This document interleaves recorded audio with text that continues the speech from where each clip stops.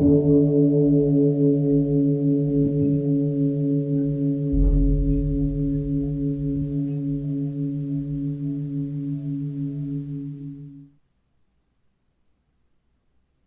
all beings be happy.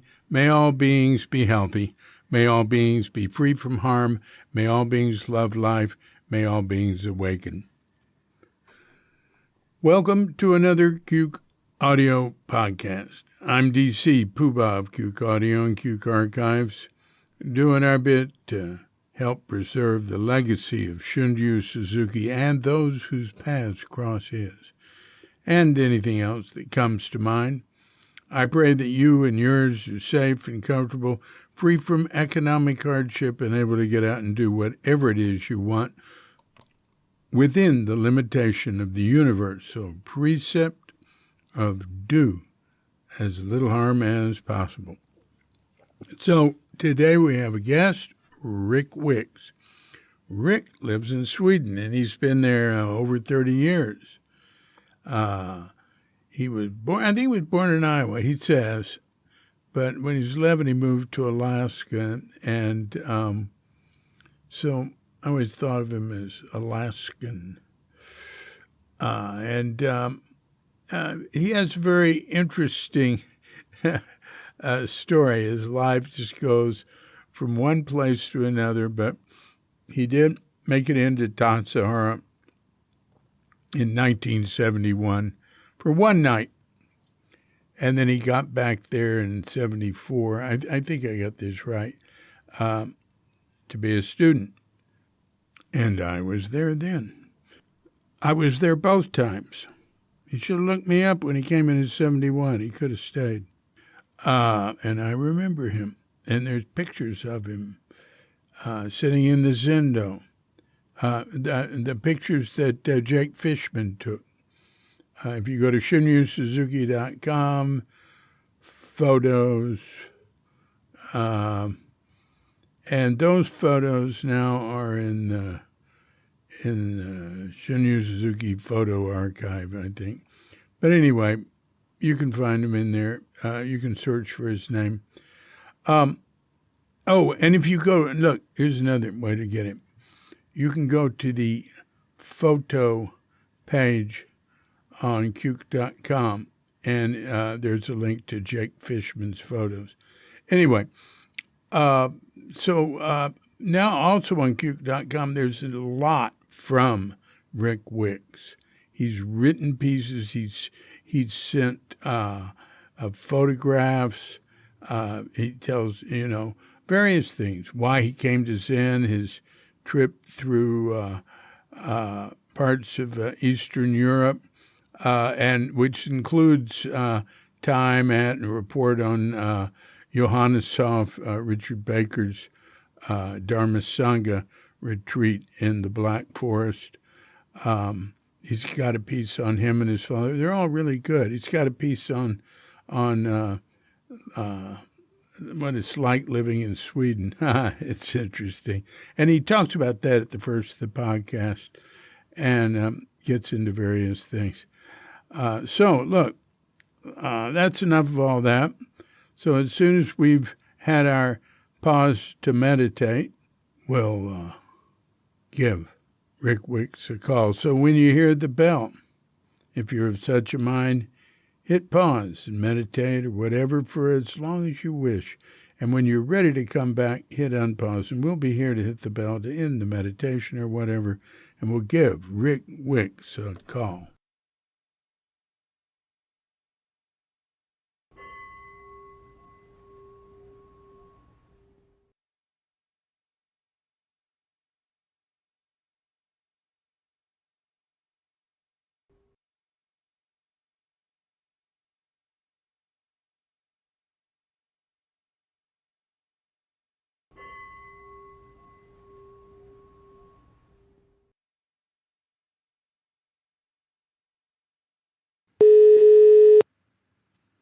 Hello.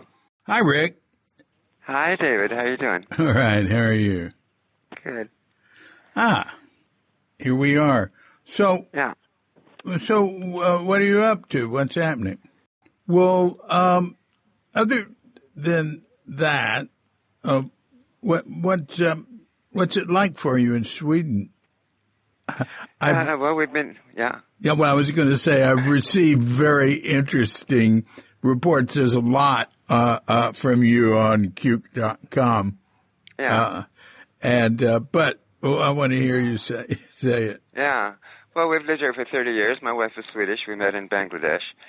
And by accident, traveling in the Sundarbans, in the swamp jungle. I had spent a year traveling around India, and including Sri Lanka, Pakistan, Nepal, and then Bangladesh in that order. Every 3 months I would leave India and go to somewhere else and then back to India. And so at the end I met her in Bangladesh and came to Europe, spent a year in Europe after that, traveling around and half the time with her. And then she came to Alaska, where I'm from. We got married. And we moved to Washington, D.C., where we lived for 6 years, and then we moved here. After our daughter was born, I thought I liked Eleanor's parents, and they were here, and my family was scattered, and she had a sister here who was also pregnant at the same time, and other relatives fairly close, and I thought we need more family around. We need a family to raise an extended family to raise a child, and so we moved to Sweden, thinking we'll give it a couple of years try, and it was rough in many ways, much of the time, but we've made it.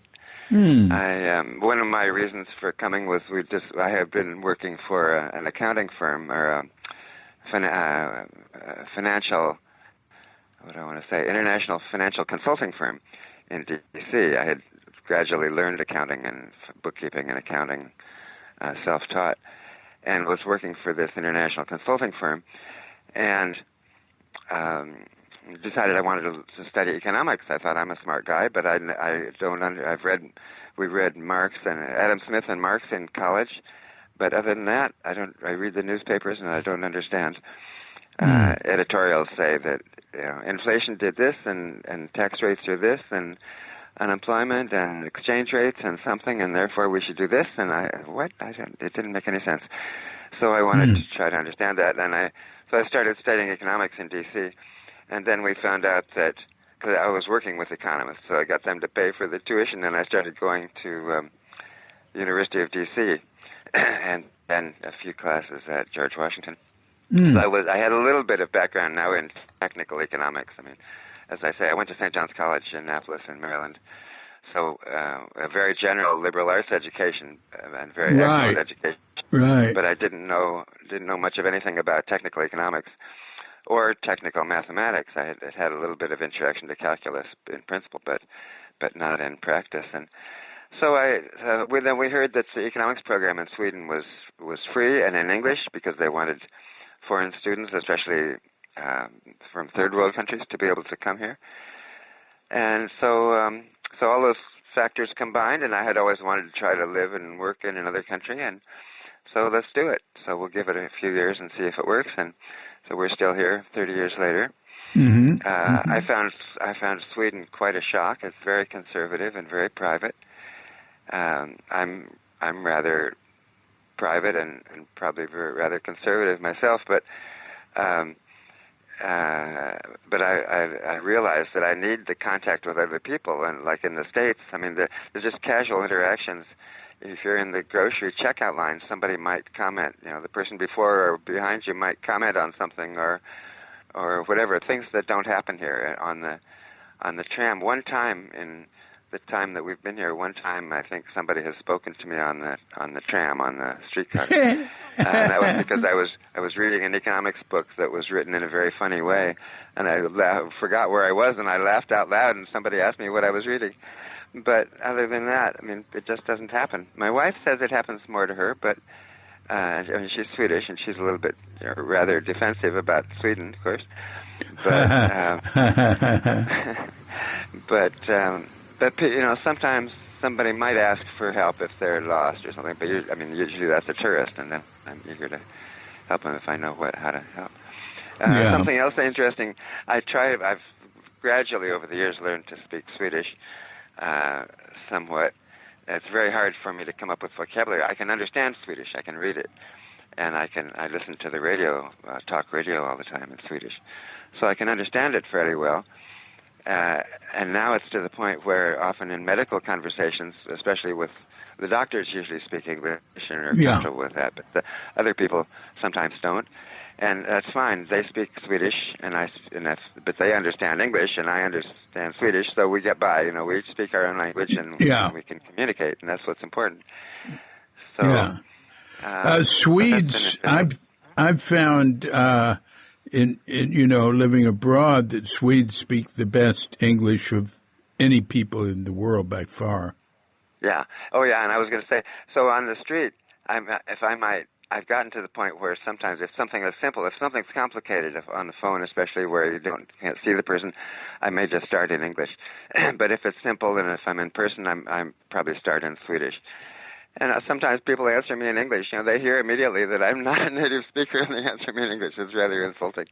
But what can you do? I have that happen here all the time in Indonesia. Yeah. Really? Yeah. Yeah.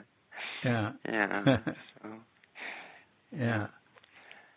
So it's been interesting. But people on the street don't look at you in the eye. They don't meet your eye. So just casual things like that, where you feel very. I spent after about 2 years, I was feeling very frustrated.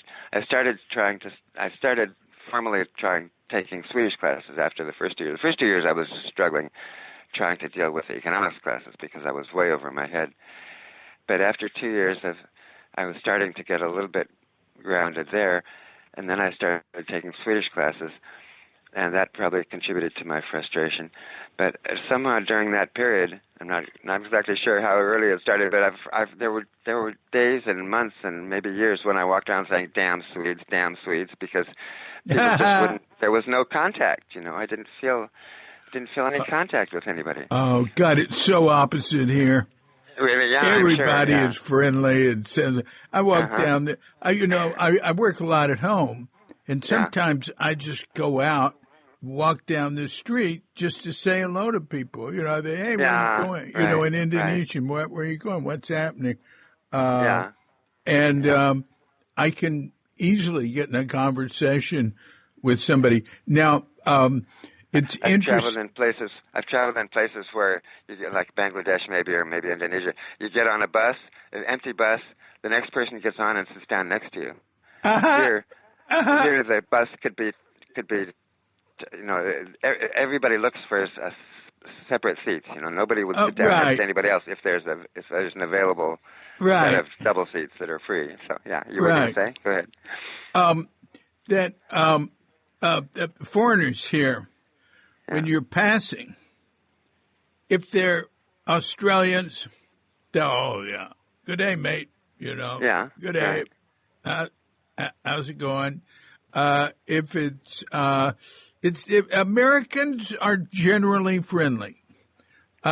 English aren't necessarily bad. The ones that I try to be careful about because I don't want to impose on them are the Northern Europeans. But I think they have so many people speaking to them here that they must soften up some because and they tend to appreciate it because people every now and then I read the paper here every day and I read the letters to the editor and every now and then there'll be a letter to the editor that says, I've been out traveling and people are friendly. Why aren't we friendly to each other? Why don't we speak to each other? I say, that's right. Well, Sweden has a very good reputation in many ways for social services and. Absolutely. So, what would you say it just seems to me like Sweden, Northern European countries are also an example of how to organize yourself. And that's hard to do. It's very hard for countries to be successful. Are you having a lot of trouble with right-wingers there because of all the foreigners you've let in? Well, it's the trouble with actually, to be honest, and my wife is much more critical than I am of the foreigners and of Muslims in particular. She's quite afraid of being taken over by Muslims. I don't have that fear myself, but. Sweden in particular has more immigrants per capita than any other country, I think. Of course, Germany has a lot more in total numbers, but Sweden has more per capita. And it took them in without, I mean, to me that's fine if you mobilize to deal with it. And I think with Eleanor, my wife, also would say, yeah, but we just haven't, we're not dealing with it. We haven't the teachers, we haven't the social workers, we haven't the housing. So people end up in Sweden, as opposed to the States, poor people end up in the suburbs rather than there's no ghetto or whatever central core that's a slum area, but the suburbs, the immigrant suburbs, don't look bad to me. I don't mind traveling there, and they feel safe, they look safe. But there's lots of, in Sweden in particular, much more than other countries in this area, there's gang criminal warfare between gangs. People find it hard to believe who have a reputation from Sweden from 20 or 30 years ago. But we have bombings, we have gang murders. What type of gangs? Now, you were on the Muslim drug gangs. It's criminal gangs. So you're not talking about Muslims now. Well, it's clan-based. It's not. I mean, they're not Muslim gangs per se. But they're clan-based gangs, which implies that they're pretty much Middle Eastern, I think. Oh, okay. So they are Middle. You mean they're Middle Easterners? There have gangs and well, that's the problem. You mean they're bringing in violence that didn't exist and doesn't exist in the default population, whatever you call it. Yeah. Well, that's what that. Yeah. Well, they're asking for it. They're going to get the. Right wingers will take hold of that and get in office. Sure. Yeah. Well, and the right wingers, the Swedish, I have very little sympathy for right wingers, and almost none in the States, except I acknowledge sometimes they have an issue, but I don't agree with their solutions. But here, my wife is on the verge of voting for this Sverige Demokraterna, which is the main right wing party. I mean, we would never. Neither she nor I would ever consider, like there's extreme racist ones, the NMR, then whatever that is, the Nordic something front or something, which are kind of skinhead racist people. But I hear Jimmy Åkesson and people compare him to Hitler, and they say that it has that the Sverige Demokraterna, the Swedish Democrats, that it has a Nazi past, that 30, 40 years ago maybe some of those people flirted with Nazism. I don't know. I guess that's probably true. But I hear Jimmy Åkesson, the leader, talk, and he doesn't sound at all like Hitler to me. He's not ranting and raving. He sounds quite reasonable. Yeah. Saying, look, we've got problems. We need to deal with them, and we haven't been dealing with them. And for a long time, he was the only one saying so, or his party. And the other parties were saying, no, that's racist to even acknowledge that there's any problem.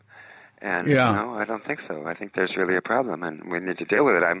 I'm not up for throwing them all out or slamming the door or something, but we need to mobilize to deal with the problem. Right, right. The leading progressive. Go on.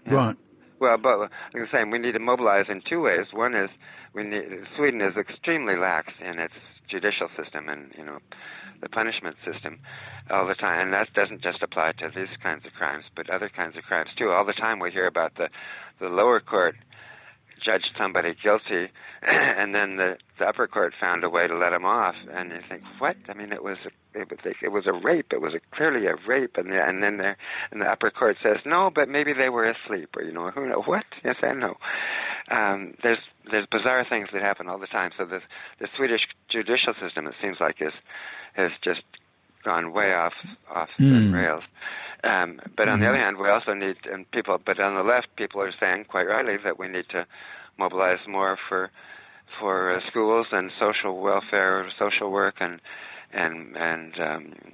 more free time activities and whatever we need to. And it's largely the second generation immigrants who are a problem. The first generation, for the most part, they came and earlier on. And Sweden has had a good experience with immigration ever since the 50s and 60s, when after the war, because Sweden was not in the war, of course, in World War II, and was not destroyed by the war, as the rest of Europe was.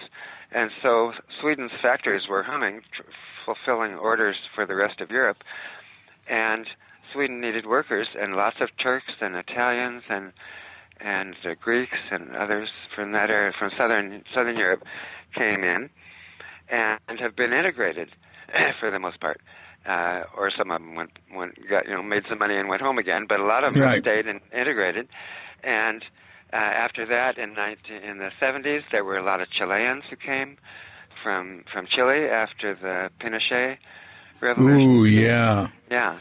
And others from Uruguay. I meet a lady on the bus all the time who came from Uruguay at that time. And so there have been whole waves. During the 80s, that was from Iran and Iraq, during that war. And then from the 90s, from Kosovo and all the former Yugoslav countries. More recently from Somalia. There's lots from Iran. Now there's lots from Afghanistan.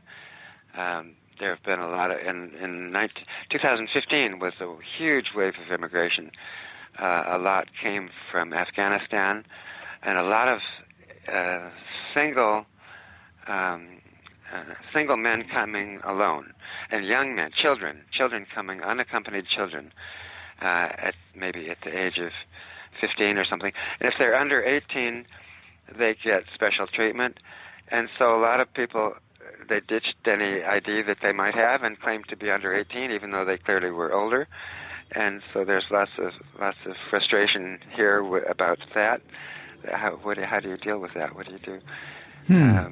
So but a lot of for the most part, first generation people have been thankful for a chance to work and try to find a way to live and make a living. And but the second generation have grown up with poor language skills for the most part. And in the suburbs, in the suburban schools, maybe almost nobody speaks good Swedish, including the teachers. So the kids grow up not speaking good Swedish, and then it's harder to get a job. And Swedes are very... it helps a lot to have a Swedish name. Some people, recently there were articles in the paper about people, probably Muslims or people from the Middle East with Middle Eastern sounding names, who changed their name to get to a Swedish sounding name and had much better luck getting a response to job applications. So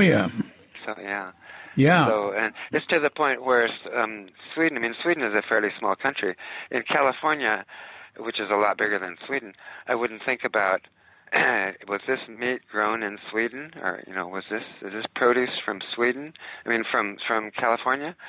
But here, it's like, but, was this meat from Sweden? Was this whatever? Well, wait a minute, couldn't it be from Denmark or from Norway or Britain or Ireland or, someplace? Does it matter? But there's a lot of focus, a lot of... I don't know what the right word for that is, but anyway, yeah. Isn't Sweden part of the it's EU, but not the euro.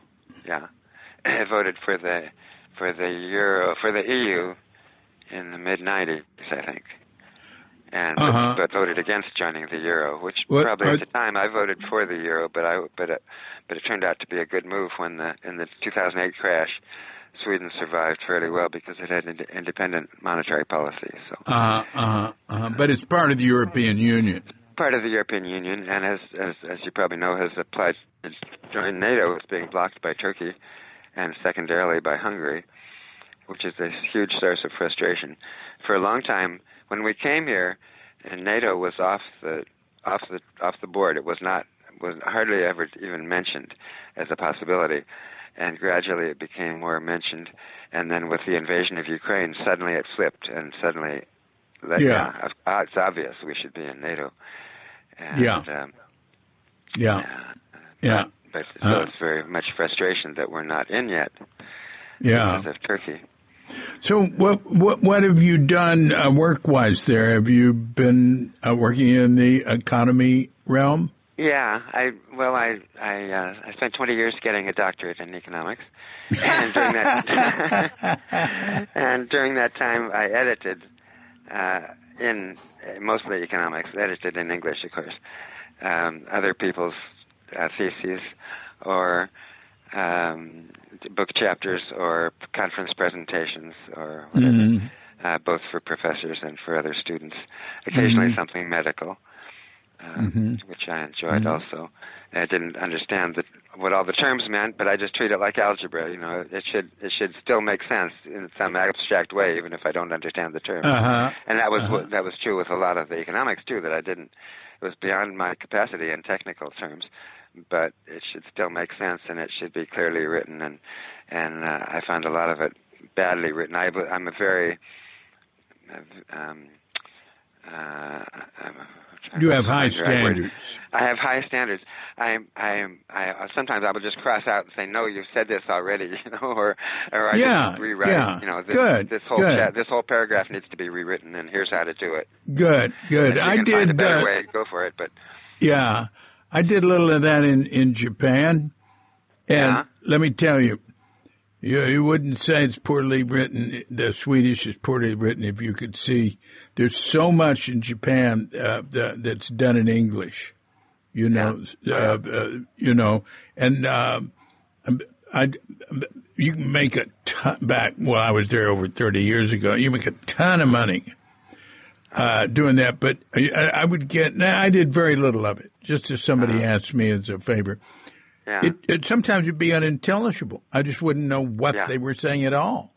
But I doubt if you have that problem in Sweden. It wasn't quite that bad, but yeah. So let's see. So let's go back to your traveling in India and Pakistan and all that. Yeah. And how old were you then? I must have been about 36. This was 78. I made my first trip, so then I was 32 or turned 32 that year, and that time I let me think a minute. Now I'm getting confused. That time I had a chance to go to China for when China first opened up after the Cultural Revolution, and for a 16-day tour. The Alaska World Affairs Council had applied to the Chinese embassy for a permit to go to organize a trip, and nobody thought it would be approved, so people hadn't signed up for it. And I heard about it through a friend and immediately signed up, and so I got to go. And then I thought, if I'm going to China, I didn't have a whole lot of money, so if I'm going to travel to Asia, I'm not just going to go to China and come home again. So I went to Japan first for a month and traveled around and visited a few of the major Eiheiji, and I forget the name of the one that's in Yokohama, I think. It's Sojiji? Yeah, Sojiji. And various in Hiroshima and various other places, you know, and had a good time for a month there, and then I was spent just a night, or I think only one night, and in Sojiji, I was allowed to join a student group, just Japanese students, you know, that were coming in just to get an introduction to Zen or something. So right. I spent one night in the temple there. Then when we had 16 days in China, and then I was traveling with a friend from the States who came and joined me just before we went to China. And then we went to Thailand, Burma, India, Nepal, and then flew back to Bangkok. Back to Bangkok, and then down through Malaysia, Singapore, Indonesia, over to New Guinea, and because I spent a long time researching how to get from Indonesia to New Guinea, because I was more interested in primitives than the alternative would have been to go through Australia. Of course, New Guinea is Indonesia. Part of it, anyway. Western, exactly. So we flew to Irian Jaya, or whatever it's called now. And it's not called that anymore. No, it's got a different name now, I think. But once a week there was a flight that went from Jayapura, maybe, or someplace in what was then called Irian Jaya, to Mount Hagen, I think is the name, or something in Papua New Guinea. And then from there out into the South Pacific and Tonga and Fiji and Tonga and Hawaii and back to Alaska. So that was 1978. That was 5 months, and then I met a Tibetan in Alaska who had been in Fairbanks and came down to Anchorage and wanted to organize some meditation activities and so on. He eventually moved to Anchorage, and he and I and 2 other friends started a small meditation center there. And so in the end of '82, he was planning to go to India for 6 weeks to visit friends and relatives. And I said, "Oh, I want to go with." I'd wanted to go back to India. I hadn't seen, India's huge, of course, and I hadn't managed to see so much of it before. And so I went with he and another friend, and I also went with. And the first 6 weeks, then we went up to Dharamsala. We had a private audience. Since he had connections, we had a private audience with the Dalai Lama. Oh, very nice. How was that? It was quite special. I was planning to stay for a year to travel around India, and so I asked if maybe I could help to teach. What could I do to help Tibetan refugees in India? Could I help to teach them English or something? And he was encouraging about that. And it was in the middle of the winter, so up in Dharamsala, so it was cold. Oh, and wow! very, very few people around. Right. So which is part of the reason probably that we had a chance to do that. Yeah. And so then we went to Bodh Gaya, and then we went down south. We went to Mysore and there are Tibetan refugee, Tibetan monasteries and whole refugee communities in the hot plains in the south of India, where they're trying to grow corn out in what used to be jungle. And he had relatives in some of the monasteries there, so we visited there. And that became one of my bases. I went back there a few times later, as well as there was a refugee community outside of Delhi, where I made a headquarters also for me as I traveled and came back to there. And so as I say, after 3 months, then I went to Sri Lanka and spent maybe 3 weeks or 6 weeks, I don't remember, there, and then back again to more through India, and then up and then into Pakistan. And then they wouldn't give me another visa to India, but I said, but I've left all sorts of stuff in India, in Delhi. I have to be able to go back. So they gave me a 1-month visa, and I went through there and then up to Nepal, did some trekking in Nepal, and then ditched my passport so that I could get a new one, and so that I could go back to India again, because I figured they wouldn't know that I had.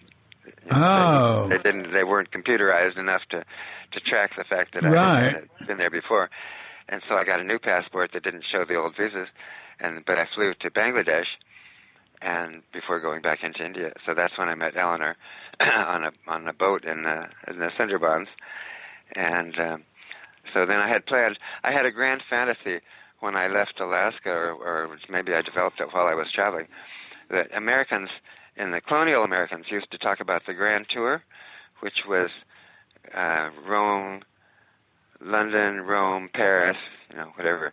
And I thought the Grand Tour, my family, we're pioneers. We had moved west to Alaska and northwest, and we got to the end of the line, and I thought the Grand Tour must mean Asia, Africa, and Europe. And so now I'd been in Asia, and I thought I would go to Africa and then Europe. I didn't manage to make it to Africa on that trip, just a tiny bit later. But then I had plans to go to Europe. So after I met Eleanor, especially then, and I'd started with $20,000, and I'd spent about half of it, living very frugally. Of course, one can live cheaply in India, and I still had about $10,000 left, and so I planned to go to Europe. But my grandmother was having 100th birthday in Iowa, so I flew to Iowa for that, and then back over to Europe, and then spent most of the following year traveling around Europe, partly half the time with Eleanor, either here in Göteborg or traveling with her in the neighborhood around Scandinavia or so, or we did Poland also a little bit. One time I took a trip into the Soviet Union at that time, and another time I did a 3-month Eurail pass, and but then I would come back. Each time I would come back to Eleanor here in Göteborg, And how did you find the Soviet Union? I prepared myself by reading this what's it called, Solzhenitsyn. Oh yeah, that's what I was wondering. Oh, you prepared yourself by reading Solzhenitsyn. Gulag Archipelago, is that what it's called? Yeah, like it's like reading, watching a horror movie to prepare for an acid trip. Yeah. So I was quite nervous about going out, and so. And I was with, it was a student group with mostly fairly much younger people, and they were just out the first day and wherever, feeling very free, and I was a little bit nervous, or I guess whatever, and more hesitant. But eventually I was out all around it, and I was quite struck several times by, for example, they took us, it was all a planned tour, of course, but I could get away from the tour occasionally. They took us to a monastery outside of Moscow somewhere, and then but during the time that they were showing us around, I split and went over into the nearby village, where it was obviously it was very poor. There were water pumps on the corner of the street for people who would come and get water. They had no running water in the houses, right? And things like that. They took us to the big space fair where it showed off all their fancy space technology, of course. But when you went to find some food, there was a, quote, fast food place where you were in line for an hour and there was only one choice or something. And I mean, it was just very limited. It was not what we're used to. Yeah. So, at the end, I managed. We were supposed to have it all. Everything had to be arranged and where you were going to stay and everything. But I figured out that if I could take a night train to Estonia, and then have a free day there, and then take a boat over back to Finland. So I had a free day in Estonia just to wander around. So enjoyed that too. And I went. Got time. Slipped away. I think they went to the World War II graveyard in Leningrad, St. Petersburg, and while they did that, which I'm sure was extremely moving after the siege of Leningrad. But I went to the Dostoevsky house, and where he had lived, or whatever kind of museum or something for Dostoevsky. So our guide was quite friendly and nice, and so and asked, I guess I asked her. There was talk about this is where they used to hold the political prisoners, and I said, so where do they hold the political prisoners now? And of course she said, oh, there are none, But, you're right. I had a little bit similar experiences in China. When we traveled to China, it was in 1978. It was a totally organized trip, and I had brought a copy of Zen Mind, Beginner's Mind, because somehow I had heard that there might still exist something in English called the Chinese Buddhist Association. And so when we got to Beijing, we were at a restaurant, and in the afternoon we were scheduled to go to some shopping place where they wanted us to go shop. And my friend and I thought, we don't want to do that, we would do something else, and they wouldn't let us off the tour. But we said, okay, then we'll go back to the hotel. So we got in a taxi, but we didn't go back to the hotel. Instead, we were at a restaurant, and I asked I dialed 112 because that's what you dial in the States for information, or did at that time, and amazingly it worked. Maybe it was old American equipment or something, I don't know, and then I got a person at the restaurant to translate for me, and I asked for the address. Calling information, asked for the address for the Chinese Buddhist Association, and we got an address. So we got a taxi and went there, and there were these old Buddhist priests, probably about as old as I am now, and not speaking English, of course, and totally mystified as to what we were doing there, and probably scared out of their wits that Westerners had come to visit them. And I gave them this book with this, the wonderful picture of Suzuki Roshi on the back of the book, smiling picture. And then we left, and I don't remember any more about it than that. But I suspect they were probably visited by the secret police after that. I don't know. But anyway. Yeah, maybe not. That sounds pretty harmless. Yeah. Yeah. I think they'd be more concerned about you taking pictures of old, things with character rather than something new and shiny. They wanted you to bring back to America that image. Yeah. I mean, I've heard that sort of thing before. And that's pretty early on. What year was that? This was 78. It was right after the fall of right after the Cultural Revolution. It was just starting to open up. Wow. After the Gang of Four. So the universities were still closed.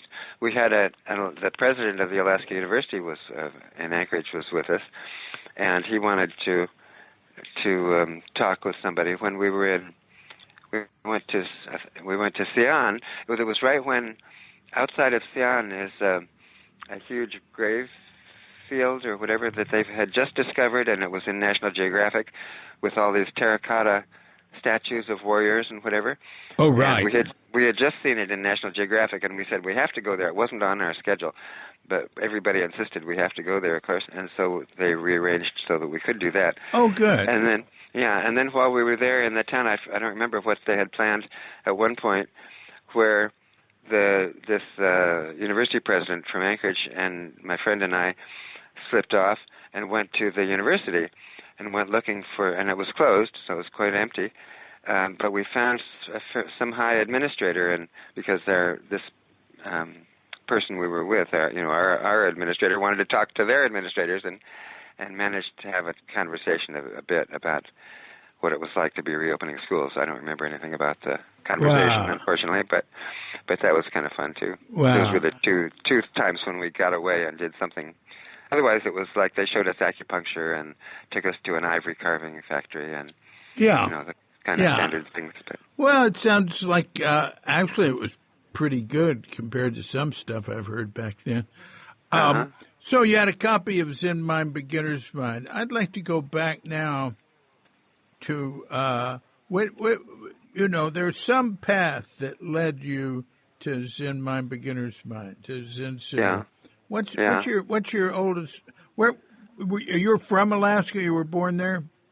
I was born in Iowa, and we moved to Alaska when I was 11. And then I went to. Mm-hmm. Yeah. And you what?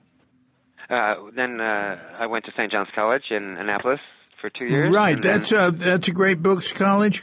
Exactly. Yeah. Yeah.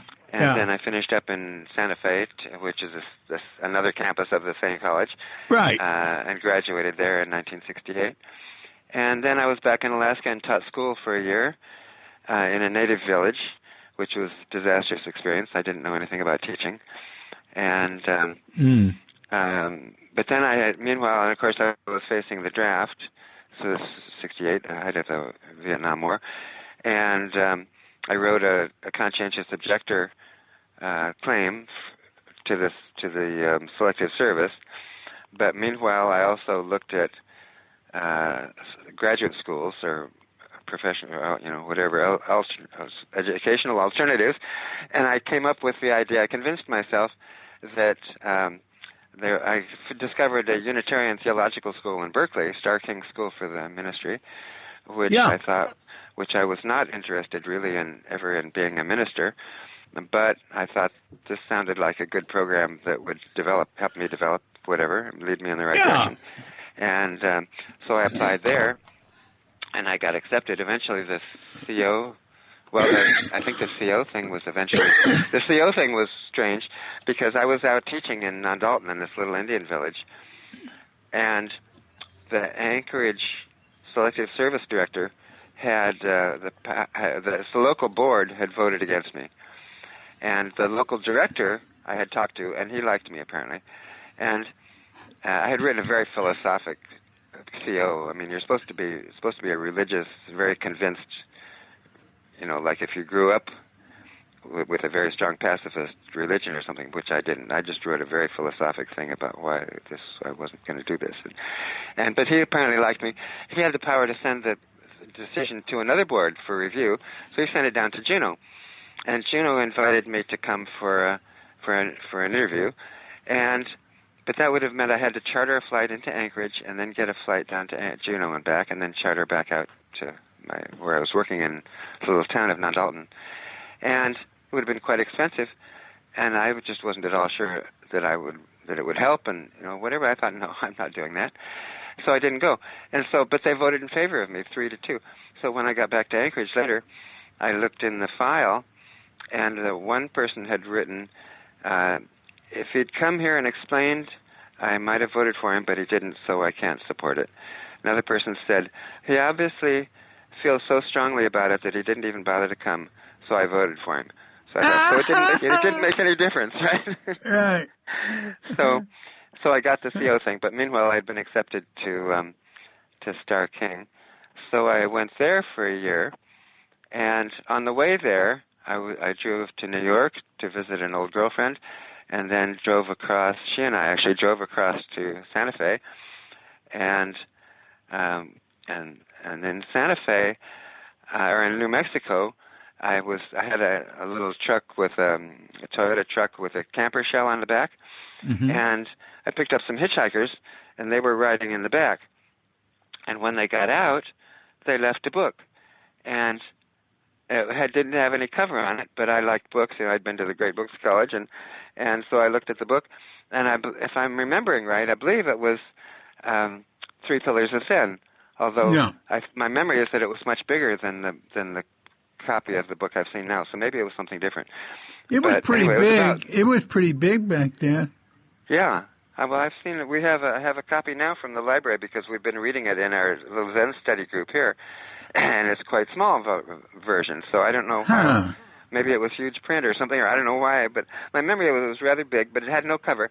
But I liked it. I liked books. I kept it, and so when I got to Berkeley, then while I was in Star King School, then I read that book. So that was my introduction to Zen. And then Star King itself had one class where I think that was kind of introduction to Buddhism and Hinduism and Buddhism or something. And it was kind of in the air around that time. And then I heard about, at some point I read Zen Flesh, Zen Bones also. Great book. Yeah.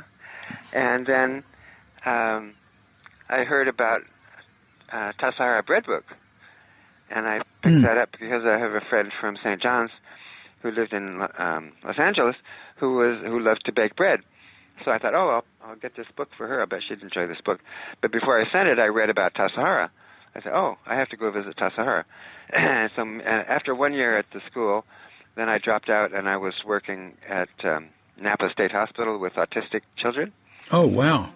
And very severely autistic. I mean, headbangers, kids who spent all day long banging their heads, or listening to the grate where the sounds came out of the floor vent or something. But I identified with those kids. I've identified as autistic ever since. I heard the phrase successfully autistic, and I thought, that's me. While I was there, and then sometimes we had a 3-day weekend, and I took a weekend and drove down to Tassajara. And give me the year, would you? This would have been 1970, I believe. Would you know the time of year? 77. No, it was 71. It would have probably been May of 71. Yeah, it was summer. We'd be open then. You know. Yeah, it was open. So I was driving down. My truck was developing an engine problem. I picked up a hitchhiker on the road in from after whatever the name of the little place, Jamesburg, heading in on the road. I picked up a hitchhiker, perhaps there or somewhere. Yeah. Who was heading in, and then the engine was acting badly and losing power, and so I couldn't pull the hill, and so we pulled over and stopped, and somebody else came by, somebody else who had already picked up a hitchhiker and now picked up the two of us. So now there were 4 of us in a car going in. It felt like something out of Pilgrim's Progress or Chaucer's Tales or something, where I don't know what the similarity is exactly, but it occurred to me. Somehow it seemed like one person picking up another and another and another. And we all ended up in there. We got to the gatehouse. It was summer, it was visitors season. and get season. And suddenly I remembered that I had a little boil on my leg that they talked about. We can use hot baths. I said, I remembered I have a boil on my leg. I said, okay. And the guy was very enthusiastic. Oh, a healing, he said. So he gave us our towels and we went in, and we were just there as day guests, of course. And then so after a while we split up and we wandered around, and after a while somebody said, I ran into one of the other ones, and he said, oh, we can join him for meditation if we want to. But I didn't really know what that meant. I had read, I guess, probably Three Pillars of Zen and Zen Bones, but I didn't really have any sense of meditation. And I thought, this feels sacrilegious to go in and to do this when I don't know really what it is. So I didn't do it. But by then it had gotten late, and too late and there was nobody leaving, no way for us to get back out. The two of us, I guess the other two maybe had rooms, had reserved or something, but the two of us I had picked up were day visitors, and so we asked at the gatehouse, what can we do? And the guy said, well, you can sleep in the gatehouse as long as you leave early so nobody knows. So we did that, and we caught a ride out with two women who left quite early. You know, so I was assistant director then. Yeah. And if you'd come to me, I would have, you wouldn't have had, you wouldn't have, sleeping in the get house is all right. But, you could have eaten there and stuff. You had a broken down car on the road. You had a perfect excuse. You could have hung out. Yeah, but we didn't know that. So it worked out fine. So we got out early in the morning, and then I went back to Berkeley, and then I called Berkeley Zendo and to ask about getting instruction. And they probably told me that instruction's at 6 and regular Zazen's at 6:30 or something. Somehow I got confused, and I went at 6:30, and so I missed the instruction. But somebody said, well, just go upstairs anyway. And so I did, and Mel was sitting there facing the stairs and nodded to me to take a seat, over to the far end of the row of people, and so I did that. And I didn't really see how people were sitting, and I didn't have any experience of what it meant. So I was hunched over, and I just kind of sat down. I'd realized crossed legs too, but I sat down. I was crunched over, probably had my eyes closed, so I didn't have any sense of what other people were doing. After a while, my back was hurting, so I'm moving this way and that way, trying to relieve my back. Nobody said anything, and so that was fine. But then the next week I found out when the instruction was and went for instruction, and then I figured out how to, learn how to do. And so then I went there frequently for about a year or so, and then at some point I decided I was taking classes. I had decided after working with autistic kids I wanted to be a psychiatrist, and for poor motives, I think I just wanted the authority of the degree. I wasn't, as opposed to when I studied economics, it was because I wanted to understand it, But at that time, I thought I should be a psychiatrist, and so I started doing pre-medical sciences at Grove Street College, which was the old Merritt College in Oakland. Oh, and then after a year or so there, I went over to San Francisco State to take some more classes, and at that point I moved into the neighborhood of Zen Center, just down on Page Street, and got a room for the summer. And during that summer, I got the bright idea to shave my head. It occurred to me afterwards, there's probably not much better way to get attention than to shave your head. And so immediately, Debbie Madison, is that her name? Right. Asked if I would like to move in. So I moved in September. That's so. Cool. That's funny. Yeah. And meanwhile, I had a roommate in this little apartment, literally a roommate. We had a small room with a single bed, so he was sleeping on the floor at his suggestion, and he volunteered, and I had the bed. And but he had a brown robe that apparently they used in Rochester, but he was leaving and he went I don't know, for some reason he gave me the robe, and so I was wearing the robe.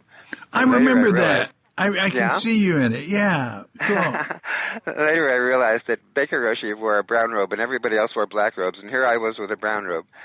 And that's but true. Nobody said anything. Nobody minded. Seemed to be right. And that's because it wasn't in the style of Baker's robe. You know what I mean? So it was clearly something else. But that wasn't generally done. But you were forgiven. Yeah. So then, when I moved in, then of course, then they offered me a black robe. So then I sent the brown one back to this friend who had given it to me. And then I was there for a year, and then had a chance once to bake bread with his name is slipping my mind, who wrote the bread book. Ed Brown. Ed Brown. One morning, he came through the hallway saying, "Anybody?" When we're getting up to go to Zazen, he said, "Anybody want to learn to bake bread?" And sure. And like I and then one or two other people went down with him to the kitchen and learned to bake bread. And another time at Christmas, before Christmas, we have my mother's whole family, her ancestors are all Dutch, and we had a Dutch tradition of having what we called orange bread, de venterkoek, which is a cake, like a fruit cake made with candied orange peel. And before Christmas, I thought to make a lot of those and send them out as gifts to friends and relatives and people, and also to do for a Sunday breakfast at Zen Center. And so I peeled about 100 oranges, I think, and was candying them, which sent a terrific aroma of candying orange peel in through the building. So Baker Roshi came in to visit, and I like to think that was a precursor to a year or two later, they started doing fruitcakes. Yeah. As an old monastic tradition, and I like to think that maybe I helped to inspire that. Right. Anyway, so then after then in the spring, I was still taking classes at San Francisco State, but for one thing, I got into a physical chemistry class that was way over my head, so that was frustrating.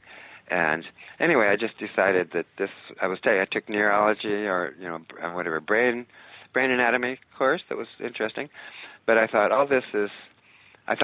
meditation seemed like a much more direct, much more immediate thing to me that I needed to focus on, and so I remain interested, of course, in neurochemistry and brain physiology and whatever, but anyway, so I just decided in May or so, early May, I think I dropped out of school and went down to Tassajara and spent the summer there. That would have been 74, I believe. May of 74. I was head monk. Very possibly. Yeah. You were there, definitely. I was head monk the prior practice period and continued that role throughout the summer. Nice job, I didn't have to do anything in particular. Clean the toilets, I think. Is that right? Yeah, I did that. Baker wanted me to do stone work, and I never wanted to. He was a little mad at me because it just wasn't my trip. And there were so many people that just loved doing it. I said, let them do it. Yeah. Well, I got a job with Pat Phelan in the cabin cleaning crew. Oh, really? And so my summer was with her and Lana Berman. Yeah, exactly. And in the cleaning crew, I was very lonely and quote fell in love with Pat Phelan, and she was very supportive and friendly, but made it clear that wasn't happening. And and gradually I got over that. That's not the first time nor the last that I've been in that situation.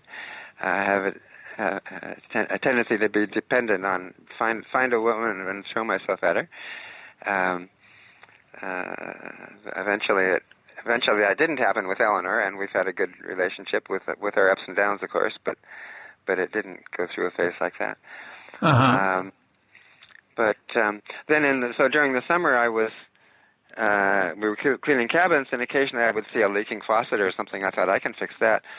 I had a plumbing merit badge from Boy Scouts. I think that was about my only plumbing experience. Right. I had mechanical experience a little bit from one summer. I ran a patrol boat for the Alaska Fish and Game Department, and I had repaired motors during that time, so I had a little bit of mechanical experience. And I had also worked on I had a truck in Santa Fe for 2 years. I had an old truck that was very open and 52 international pickup truck that was real easy to work on. And so I had taken it apart and done lots of work on that. So anyway, I felt mechanically competent. So I would mention that, I can fix this, and so then I suspect that she suggested to the work leader or to somebody that could be the plumber. So during the 2 practice periods that followed, I was the plumber. You wouldn't have been on cabins, I can tell you, if we'd known you were you could do plumbing and mechanical. Good Lord. Yeah. Well, I enjoyed being the plumber. I liked being independent, and it didn't. A funny thing, I didn't realize that I was technically part of the shop crew, or really part of the shop crew, and I liked being independent. I didn't want anybody telling me what to do, and so finally, after a long time, I don't remember if it was in the fall or in the spring. Finally, somebody, the head of the shop crew, at some point said, you should really come and check in, bow in with us and bow out with us. And so, okay. So I did that after that, but I hadn't realized. So yeah, well, look, if you knew what you were doing with plumbing, you could be very independent there. They're happy to let you do that, and they can deal with other things. Yeah. And then by then I was director, so I remember you there.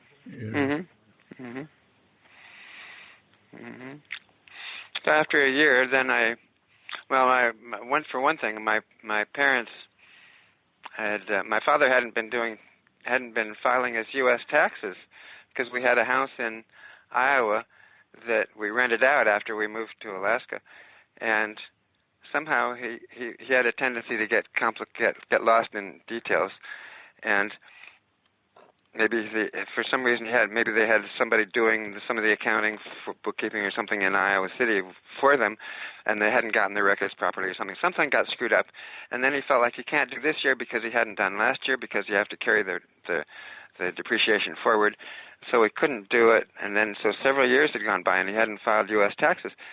Probably they didn't owe anything because they're teachers. They didn't have a lot of income anyway, and it was getting withheld. But my mother was freaking out, and so I decided I'd go home and among other things, help out with that. And so I left after 1 year. That was my experience at Tassajara, although I've been back to visit a few times during the summers. Yeah, yeah. Well, is there anything else you can remember from there? How was your relationship with Baker? It was good. Of course, I didn't know him very well. I had Dokusan a few times.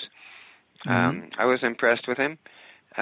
One time I remember I had a bright purple robe that a friend it was used, that a friend had found at a used clothes store, and given to me. And I one day I wore it when I was going down to the baths. Probably I wore it more often than that. But one day when I was wearing it going down to the baths, I ran into Baker Roshi, and I was very embarrassed because I thought this is very flamboyant, something that was not appropriate, I thought, here probably. And so I felt very nervous. And he just touched the collar of his robe to indicate that, that he understood that I was concerned about the robe that I was wearing, and that it was cool, it was no problem. So I was impressed with that. Just that sign of understanding. And I forget, I had a one night affair with a woman in San Francisco, and then as I mentioned, I quote fell in love with Pat Phelan, and was feeling desperate and lonely, and so when I got to Tassajara, and so then I mentioned that in Doksan, perhaps not the most practice appropriate topic to bring up, but I mentioned that to Baker Oshie and Doksan, and that because then I had written to this person in San Francisco who I treated as a friend, but who had higher expectations of me, or different expectations, and she'd freaked out because I was, I guess we'd had this one-night affair that she thought maybe would lead to something more, and so I mentioned that to Baker Oshie, and he said, "Well, you must have learned something." And I thought, "Oh yeah, okay, that's a good attitude. Learn something from." So and of course much later, he had some problems of various sorts, and I thought, well, he's probably learned something of it. So when I went well to visit him, said. as I went to visit him at his place in southern Germany a few years ago, and so I wanted to see how he was doing. But I just thought, he's probably learned something, so that's okay. So. Yeah. Well, how was it at Johanneshof? Very nice. I had a very good experience. I was on my way to Athens for a Democrats Abroad conference, a regional conference there, and I thought I would take the train because I realized that I could go by way of Germany first, by way of southern Germany, and so I checked the schedule, checked what was happening there. I'd been aware that he had a center there, and I'd thought about going to visit sometime, but I'd never had any opportunity in particular. And now I thought, okay, this is an opportunity. Maybe I can do something. And so I checked what was happening there, and there was something scheduled for the weekend before I needed to be in Athens. And it was a retreat for his senior students. I forget, 25 or 30 of his senior students who were coming together for 3-4 days. And so I wrote and asked if I could join that group, not having any idea really what it was or who they were or what it was, but could I come and join? And they said yes. And so they were very cordial and friendly and welcoming. And of course, it was all, for the most part, in German. He was speaking English, but everything was translated. And so when I spoke, it was translated in the same way. But everybody was very friendly and nice and helpful, and I had very good contact with him. He seemed very, very happy to have me there. Yeah. Perhaps because I'd come from way before this problem in the 80s, right? From the 70s, and right. And we had a very good connection. I enjoyed it. Yeah, you clearly aren't judgmental. No. Incidentally, on there's a page for you, as you know, on Cuke.com, and it's the second entry in it. First is My Father and Me by Rick Wicks. The second is Rick's 2019 trip through the Balkans illustrated. This PDF, or Rick's account with photos of his stay at Johanneshof, Richard Baker's Dharma Sangha Practice Center. There's others, memoir of Zen Center in Tassajara, and how I came to Zen practice. Yeah, I've got a lot from him. What is Zen practice now? Sweden is a monastery. I love that. And an errata in Crooked Cucumber, which incidentally is now there is a second edition, not as a book. The audio book is second edition, and there's a second edition in German. But oh yeah.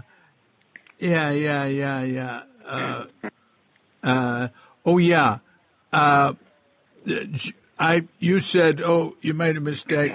That Germany surrendered in May, not April. Not April. Yeah. Right.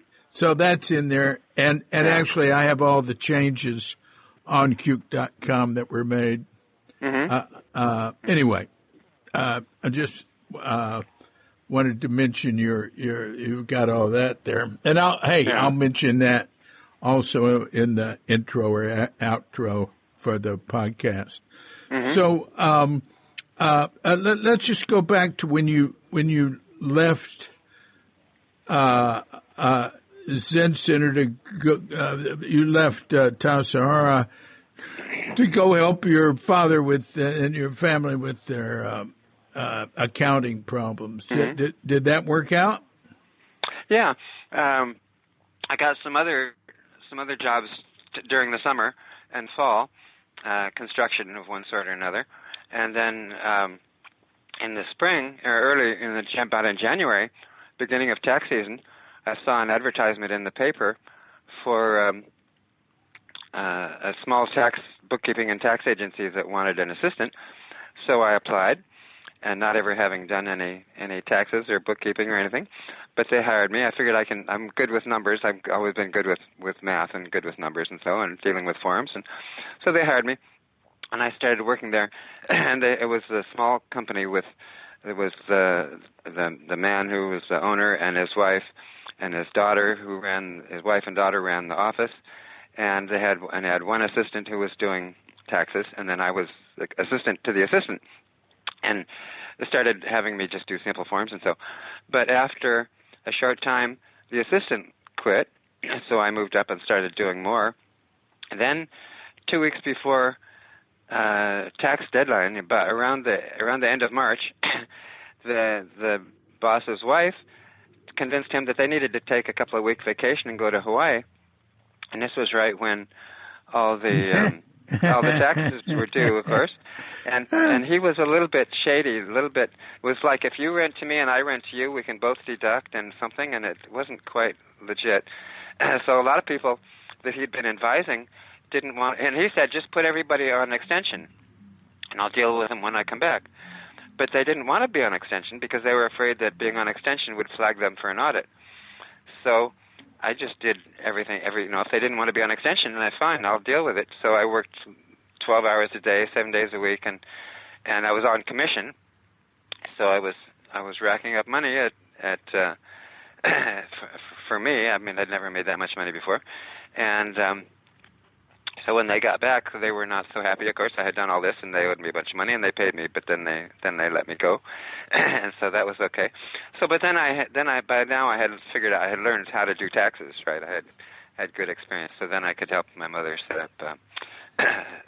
So my mother was the one that I then helped to do it. We set up a bookkeeping system, and we did the last 3 years of taxes, and they didn't owe anything because it was being withheld anyway. So they were probably owed refunds, and so we did a couple of years and let it go at that. And we just estimated the problem with the depreciation, but it wasn't a big enough problem to matter. And so we did that. And that experience is still serving me in good stead because a Democrats Abroad friend and actually a Zen vegan friend. I sit with a small group called Zen Vegan, the Zen Way, and an American woman who I know from both contexts who's recently started coming to sit again with us. Just asked the other day, she wants to get straight with her American taxes because she hasn't been doing it, and legally we're required to do it, to file even if we don't owe anything. And so she wants to do that. So I said, sure, I can help you with that. So she's going to come next week, and we'll get her straightened out, I hope. And, yeah, so that worked out fine. I had a tax guy who wouldn't file, or maybe he just didn't need anything from me. Mm-hmm. But he'd just tell me, he'd say, "Oh, you don't even need to file this year," and he was good. He was very good. He saved me a lot of money. Anyway, I just remembered that. So go on. Oh, I was going to say, then I had one of these relationships where I threw myself at a woman where she managed to make good use of me for a long time. We started a daycare center together, a child care center and preschool. And where? In Anchorage. Now, this was in the spring after I had helped my parents with the taxes. Then we started this preschool and daycare center. But then she dropped out because she got worried that it wasn't going to work, and I stayed with it. We had borrowed $6,000 from a bank that we had jointly signed as a co-signer or whatever guaranteed the loan, and she said we should just drop out, and we were breaking up anyway, and she said we should just drop out and work to pay off this loan, but I was determined to make the center work, so I remained for 2 years more as director of this child care center, and after the first year, then I took a break and went to Hawaii and visited the Hawaii Zendo, among other things, and also visited San Francisco. And I didn't get to forget. Yeah, no, I think at that time I also got to went to Green Gulch for a week or something then. Yeah, that's cool. Yeah. What year are we talking then? That would have been 77 probably. We opened in 76, so 77. I spent a week at Green Gulch running they were trenching in order to lay some pipe somewhere, and very hard ground, and I was running this rented trencher tool, a ditch witch or whatever they're called, we managed to. I was using it very hard. I mean, pushing it very hard, and managed to crack the drive shaft and took it into the machine shop or whatever, and the head of the shop there helped me or he did it. I mean, we repaired it. We put a reinforcing bar on the drive shaft and made it stronger than it had been before. And some other Zen student was aghast. What? You broke the machine? I said, yeah, but we made it stronger than it was before. So what? So anyway, my father came to visit. Well, it must have been during that time. He came for a day or two or something, and he was a very special character, as you can know from that little story of my father and me. Right. But he saw fallen fruit or fruit on the trees that wasn't being used. Forget if it was plums or what, and he gathered a lot of it and made jam and labeled it very carefully. And someone said, "Oh, he does things so carefully. He's just like a Zen student. He did this so carefully." And they were impressed. And he I don't remember how he sat. He probably sat on a chair, but he sat with us during at least one meditation period. And he said, "Oh, that was like sitting, waiting for a deer. Sitting in a blind, waiting for a deer. So yeah, waiting. Yeah, yeah." So, Well, anyway. that Gary Snyder, I've quoted him many times. Wrote something at one point saying that that's one of the sources, one of the places that meditation must have come out of. Is the hunter having to be very still for long periods of time, waiting for game to come by. Interesting, yeah. Speaking of which, I saw 2 deer outside my window today. Oh, that's nice. I thought that was an auspicious omen. Yeah. So there you are, and at some point, what happened between then and going to you went to India pretty soon after that. Yeah. So at the end of another year, in March the following year was when I had this opportunity to go to China. So that's when I left for 5 months and all that, and I had not been a good director. I had managed to make the children's center survive, but it had been very stressful, and I didn't have any particular training or knowledge of what I was doing. So the staff were not all. I mean, I would threaten people.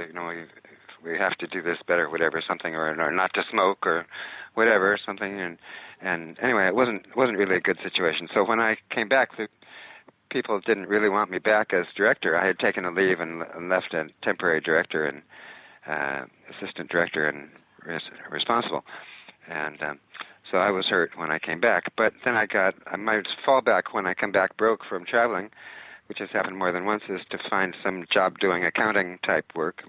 Yeah. So I got a job just inputting data someplace for a while. There was some real estate agent. Now, I want to go back to Johanneshof. Is there anything else you remember about your trip there you'd like to say? I don't know. I wrote down a fairly thorough description in that Baltic trip. All right. Yeah. Yeah. I mean anything that occurs to you right now. If not, no problem. Yeah. No, it was very nice, very warm, and very friendly, and she was very welcoming the whole time, yeah, he didn't remember me because we hardly knew each other at the time, and I wasn't there around for so long. Yeah. But it was very good. Yeah. And to tell you the truth, I honestly felt enlightened afterwards. I mean, I felt like I felt like he and I were connecting directly, if that's whatever that means. Yeah. Well, it means something because you felt it. Yeah, I felt like we were in the same space. We were in the same universe, something. And so you're sitting with a group now. So like your practice has continued in one way or another with periods of no formal sitting or anything, but you're involved with the group now. Yeah. For some years, we had this little group in Anchorage, but then we moved to D.C. after I met Eleanor, and we got married, and we moved to we got married. We had a Buddhist wedding ceremony in Anchorage. Oh. We invited a priest to come up from Minneapolis who performed the wedding. We had a weekend session, a two or 2.5 day session, and at the end of that, we had our wedding ceremony. Was it somebody from the Minneapolis Zen Center? Right, yeah. Do you remember who? The person, Dokusai, Mike George Port? I think is his. No, Dokusai, I think is his Buddhist name. Ron Georgeson, I think is his American name. He's the director at, there's a place in southwest Minnesota, just near the border of Iowa. The access to it is actually through a corner of Iowa. There's a retreat center, which he's been the director of for many years, that's associated with the Minneapolis Zen group. And I've been there to visit. It's very nice, and he's been very helpful and supportive, and so I've been there a few times. Interestingly, within 40 miles or something of it, there's another Zen. There's a monastery. Now, offhand, I forget the name of the priest or the leader there, who came back from Japan after some years in Japan, came back with blueprints for a Japanese monastery, and is proceeding to build one on those blueprints in northeastern Iowa. And as I say, it's within 40 miles of this other place. Huh. Kind of interesting that these two places are so close together. I've been there to visit just once. Wow. When I was actually having heart failure, so I wasn't able to stay very much or participate very much. I was pretty much incapacitated, but they were very friendly and helpful and nice, and so. Wow. And, that sounds serious. Yeah, it was. I could barely drive. I was driving from northwest Iowa back to Chicago in order to catch a flight home. And a couple of days before that, I had woken up in the middle of the night and couldn't breathe. I called my wife, in the middle of the night there.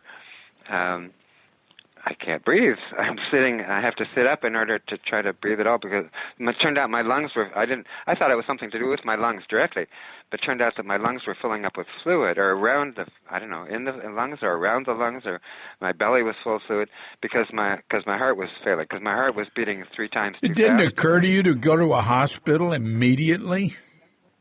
No, I don't know, no. I guess because I know we have good medical care here, and I wouldn't have anything there arranged. I don't know.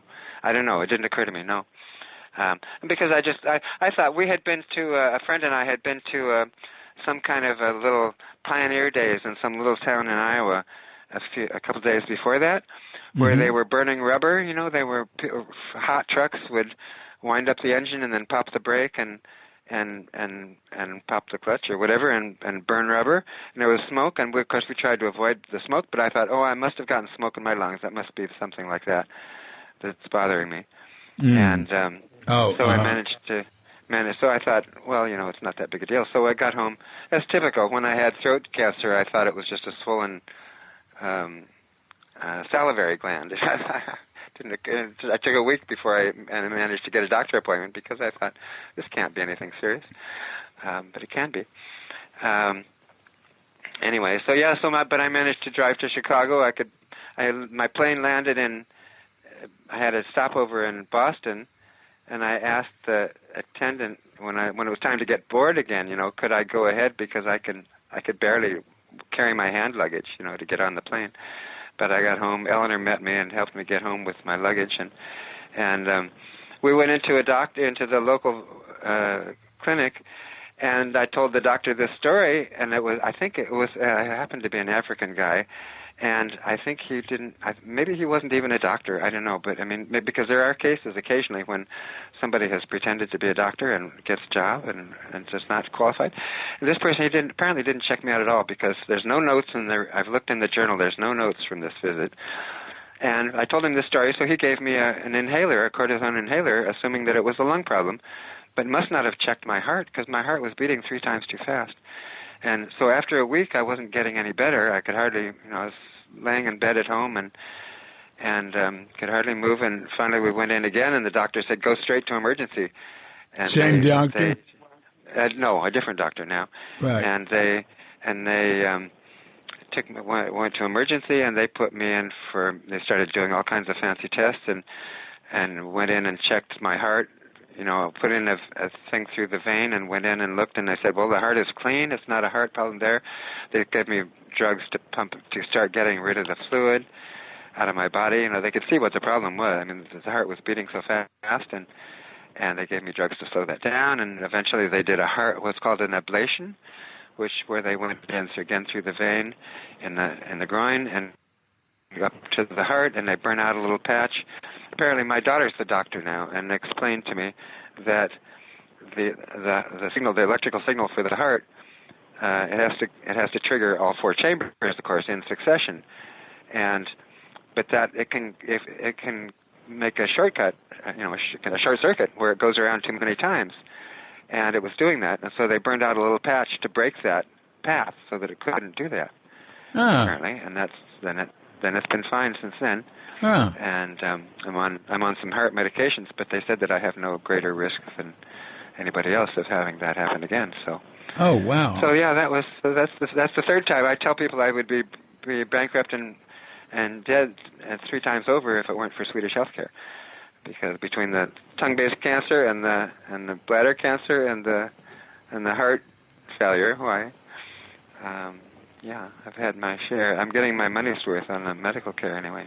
Yeah. Well, the group you're sitting with now, what's the lineage? Yeah, it's Zen vegan. That means the Zen way in Swedish, and it's I forget the names of the people, but it's very consciously not. We don't have little Buddha statues. We don't do very much bowing. We don't do any floor, prostrations. We don't do any chanting. Personally, I like all those things. And we had a new teacher. We invited a teacher to lead us for a weekend sesshin recently, and we did those things. And I liked them all. And the other people, and I was surprised because the other people were all like, "Oh, I'm not sure this is our way." We don't. They want a quote European way, which is apparently not really Buddhist, although we have a little reading group, and at my suggestion we read Zen Mind, Beginner's Mind, and enjoyed reading that together and discussing things. And we're reading 3 Pillars of Zen. We read the beginning parts of Zen Flesh, Zen Bones, and I got him to read the Mountains and Rivers Sutra, because of when I was the year that I was at Zen Center, lived at Zen Center before I went to Tassajara, I had a roommate who turned me on to the Mountains and Rivers Sutra, which I have loved ever since. And when I was at Tassajara, I copied it over 10 times, I think. I got scrolls of butcher paper, because scrolls seemed like ancient monastic process, or right. From Egyptians or whatever. And so I got scrolls of butcher paper, and I wrote out by hand the Mountains and Rivers Sutra, I think at least 10 times, and sent them to various friends and relatives. One of them is in Anchorage, I think, in storage. And so I love that, and I don't have any idea what it's all about, but I loved it anyway. And so I got got the group here to read it, and we enjoyed that. So, but Zen Vegan, yeah, I was starting to explain a little bit. I was sitting for a while with that group in Anchorage. We moved to D.C., and I didn't really ever find a group to sit with, and I would sit occasionally by myself, but sometimes I would sit. If I was upset, something would happen between me and Eleanor, and I'd be upset, and I realized I didn't want to just be angry or do, whatever, but something that I would sit. And then Eleanor realized what was happening, and she'd say, "So what's wrong now?" And I wasn't ready to talk about it, so that put a stop to that because I didn't want to be putting out that indication. So then I just went silent. I mean, I can be good at just being silent, and it would have been better if I'd been sitting, but or of course if I'd been sitting every day regularly, then I wouldn't have needed to. It wouldn't have been obvious that now I'm upset about something. Right. But so eventually, I was visiting my sister several years in a row, and at first I had been sick. It was right after the throat-based cancer, and she was super. She lives in Anchorage. She and her husband, and she was super solicitous and everything. But by the fourth year in a row that I was there for a few weeks in the summer, and then she was starting to treat me like she treats her husband, which is not good. And I was feeling very frustrated, and I thought I need to be sitting every day. I need to do this. So I went to Anchorage Zendo, which I've been to before a few times, and it helped to start actually from it's kind of a derivative from that group that we had before, and so I went there a few times. And then since I came home, I've been sitting regularly here. And then a friend here mentioned, a Democrats Abroad friend mentioned Zen Vegan. She saw somewhere that I had been involved with Zen before, and she mentioned Zen Vegan, so I started sitting there with her. But I like the Soto style. I like the bowing and the chanting and more formality, and so then I found out about a group here that is directly in that tradition, and I went and started sitting with them for a while. I sat there for about a year or two. And then there was a weird problem with the teacher, and I thought, no, I don't need this. So I dropped out of there, and I went back to Zen Vegan. So I've been back with Zen Vegan for a few years now. Yeah, I want to say something about the name, Zen Vegan. Yeah. Vegan there means way, am I correct? Yeah, right. All right. Well, I think that needs to be explained because it sounds like a Zen group that's vegan that doesn't eat animal food. No. Yeah, all right. Right, no, it's vegan. It's V-A with two dots. Right. Veg is the way, and E-N makes it the Zen way. Yeah. Yeah. So, yeah. So, when I first started sitting there, I thought, these people, they do kinhin, but they do it too fast, I thought. And so I visited, there's a Chan group here, a Chinese group, and they practically run around the space. Right. One person's legs were stiff from sitting, and his leg was asleep, and he couldn't walk. And the leader said, "Just go around him." I thought, what? So we're zooming around, But one interesting thing I found doing that is that everybody falls because we can hear the footsteps on the floor, right? Boom, boom, boom, as we're walking quite fast around, and we all kind of fall into the same pattern, I think, which is kind of interesting. So, but I thought, whoa, that's okay. So I guess Zen Vegan wasn't so fast after all. I walk a lot, and I walk fast. I walk normally. I don't do the slow walking anymore. And except when I've done Vipassana retreats here, I walk a little slower. But I noticed in one of the retreats, the monk, Myanmar monk, was walking like normally when he did it. And I did some of the things they do walking, but here I just walk normally. But I do I do 3 hours, not 3 hours, not at all 3 hours. I do at least 3,000 steps a day. Oh, wow. And that's not so much. That's just a little over a mile. You asked about if there was anything else about my visit to Johanneshof, and something just occurred to me. Yes. Which is that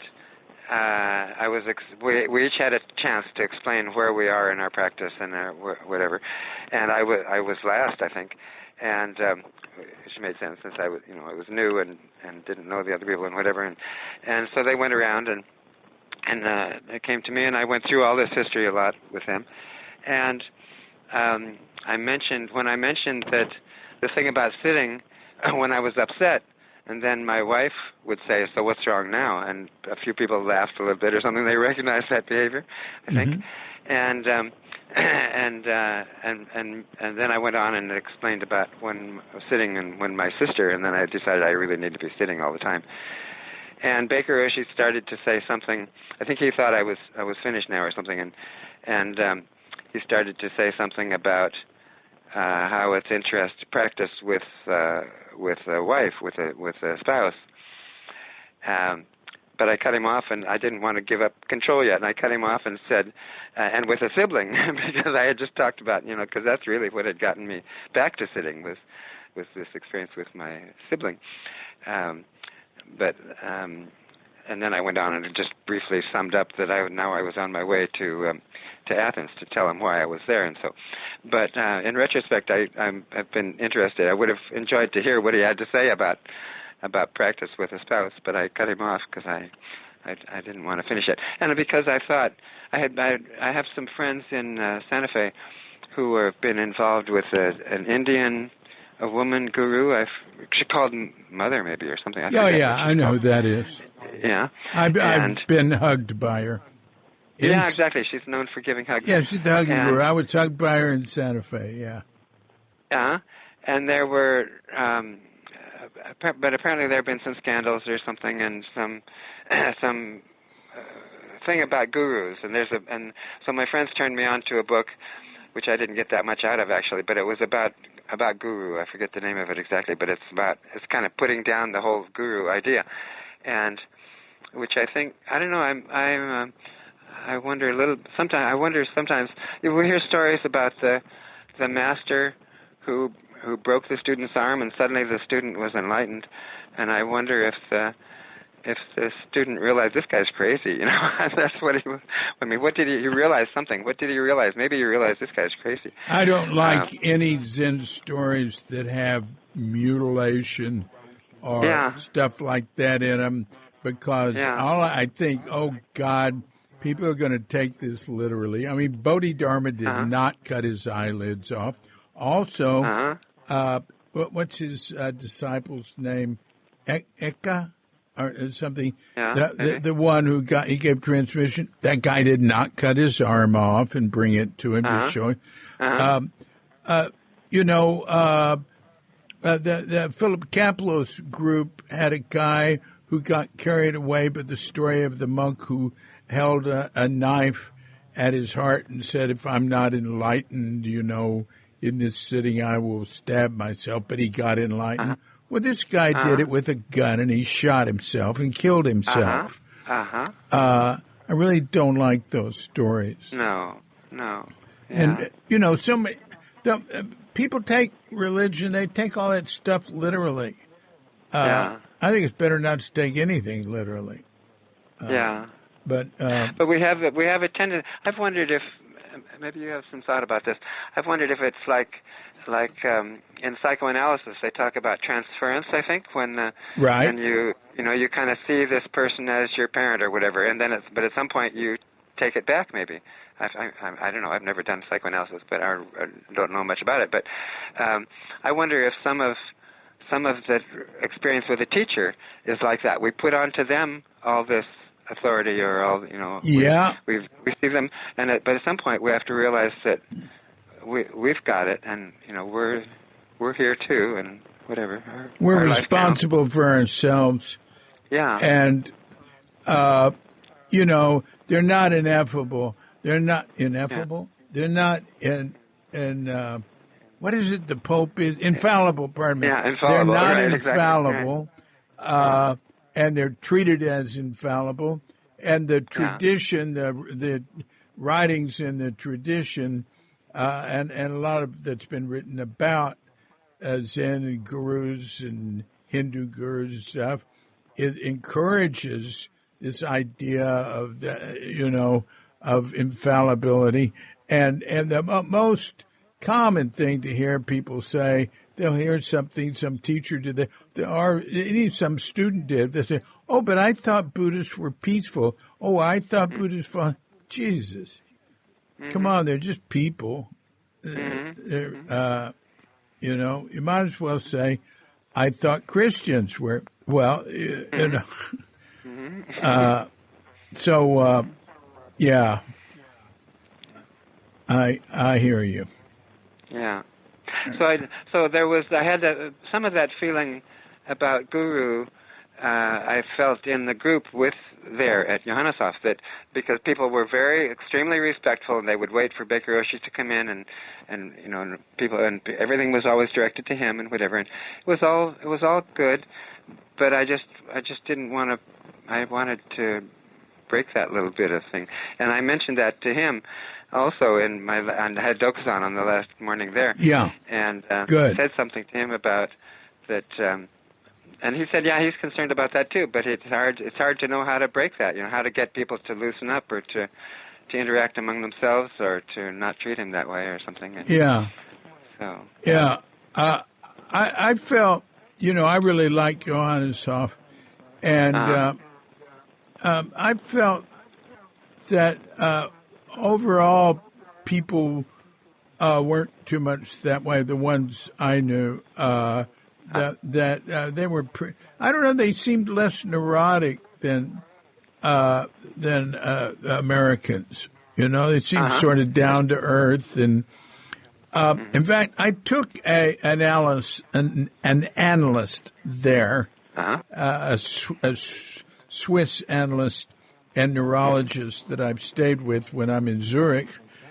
And he had been a student many years of Lassalle, who was the Catholic priest who taught in Germany, taught Zen.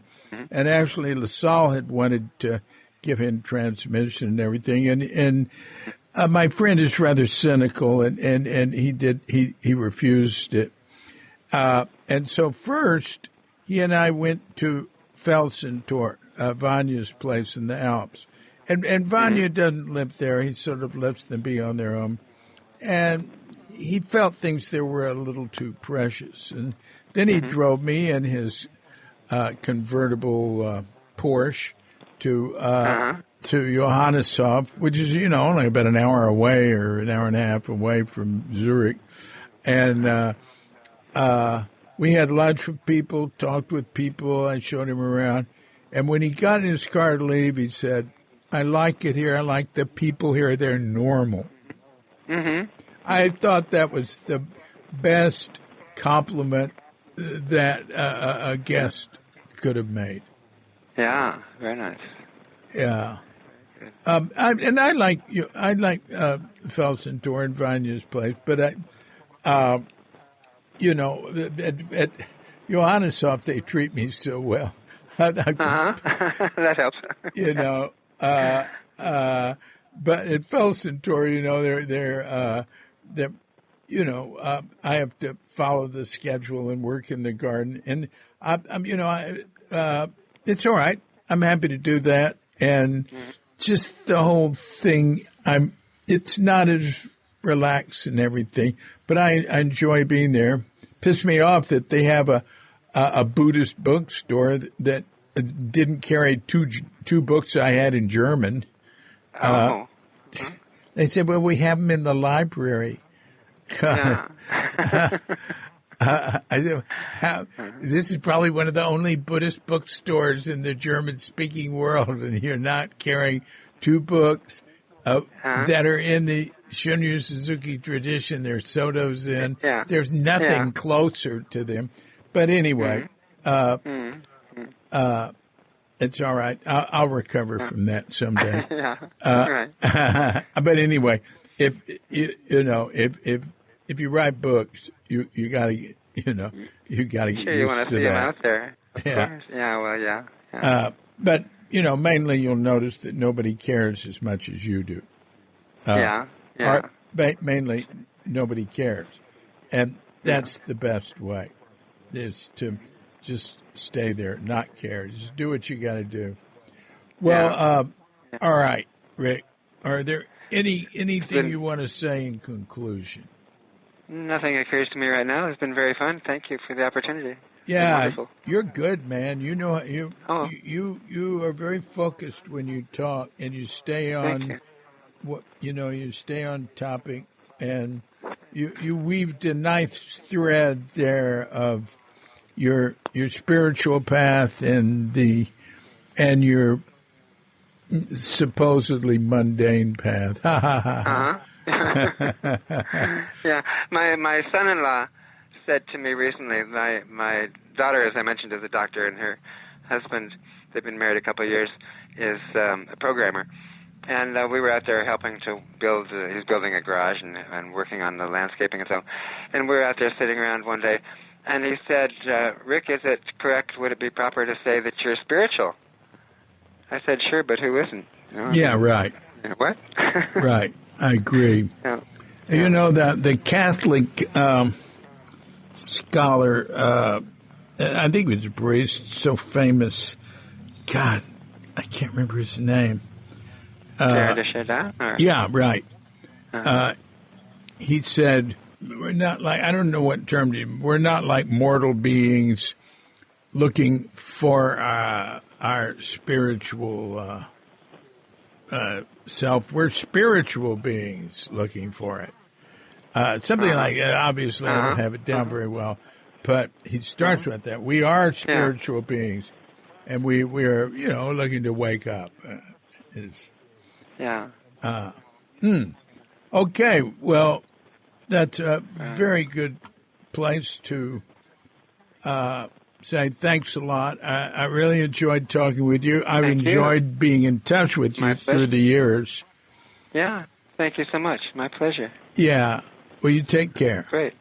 Yeah, absolutely. Look forward to staying in touch. Yeah. Bye-bye. Bye-bye. So thank you very much, Rick. Rick Wicks. Very interesting. Listen, at the end there, I bring up Pierre Teilhard de Chardin. You're the one who remembered his name. And that quote of his, it was very easy to find it. It's famous. "We are not human beings having a spiritual experience. We are spiritual beings having a human experience." I always liked that, though I couldn't remember it, but now it's embedded in my memory. So anyway, thanks a lot, Rick, and look forward to getting more from you. You write good reports. You send good reports. And it was great talking with you. And until next time, this is DC, Pubav, Cuke Audio and Cuke Archives, coming to you from Sleepy Sanur with Doggett Bandita, guest Doggett Bumbita, Feline Manis, and dear lovely Katrinka, and we're wishing you and yours and all of us a grand awakening.